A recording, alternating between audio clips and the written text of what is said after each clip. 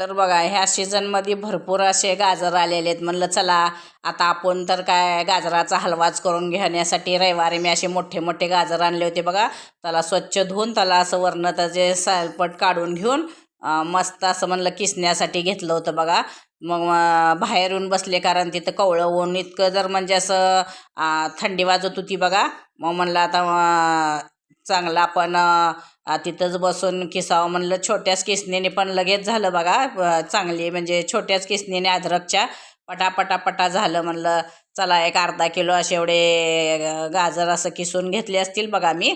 मग म्हणलं आता तूप टाकलं कढईमध्ये आणि गाजर किसल्याला टाकून वरनं साय टाकली बघा. थोडंसं दूध होतं आणि साय होती. मग ते वतून घेतली बघा. छान असं हलवून घेतलं. मस्त फ्रेश क्रीम होती जराशी. म्हणलं टाकावी म्हणजे साय आपली ताजी ताजी.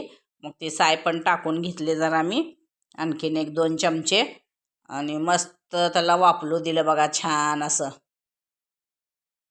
नंतरनं पण थोडंसं मग दूध पण टाकले आणि साय पण टाकले. हे बघा असं छान म्हणजे असं पांढरट दिसत होतं. थोडं गाजराचा कलर तसाच होता.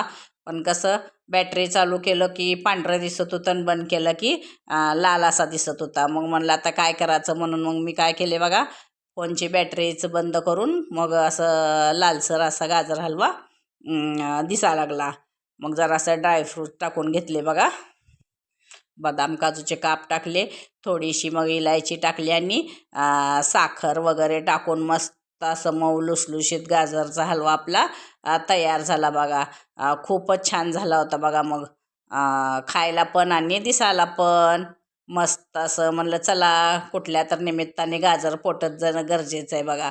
ज्यूस म्हणा, गाजराची चटणी, भाजी, असं गाजर खाऊन घ्यायचं. शरीराला दृष्टीला चांगलं असतं आहे का नाही. यात हे तुमच्यासाठीच आहे बघा.